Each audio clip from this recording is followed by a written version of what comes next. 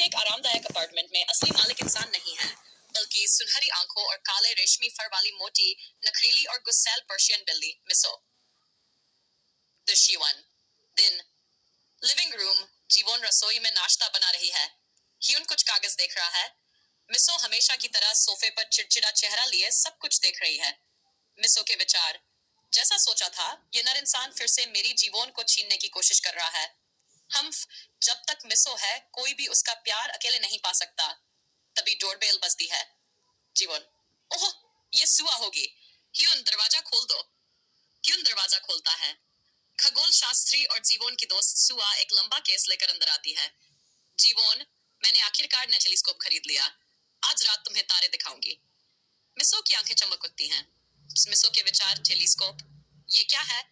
इतना लंबा और अजीब। जरूर हथियार होगा। दुश्मन देश का कोई जासूसी यंत्र। दृश्य 2। शाम। Living room. सुआ खिड़की के पास टेलीस्कोप लगाती है।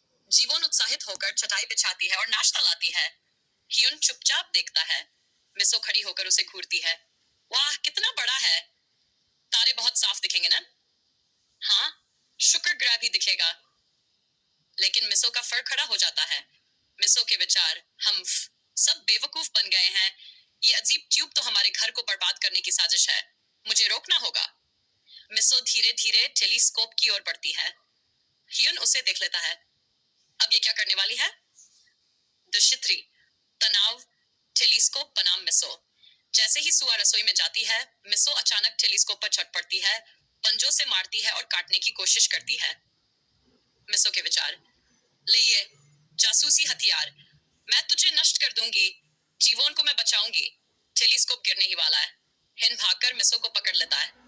अरे मिसो, ये हथियार नहीं है, ये सुआ का है। म्यून की बांह पर खरोंच मार देती है। मिसो के विचार।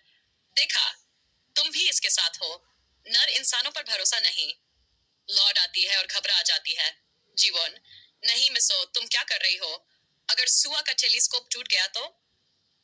कोई बात नहीं, अभी तो सही है। मिसो आराम से ह्यून की बांह से निकलकर जीवोन के पास जाती है और ऐसे बैठ जाती है जैसे कुछ हुआ ही नहीं।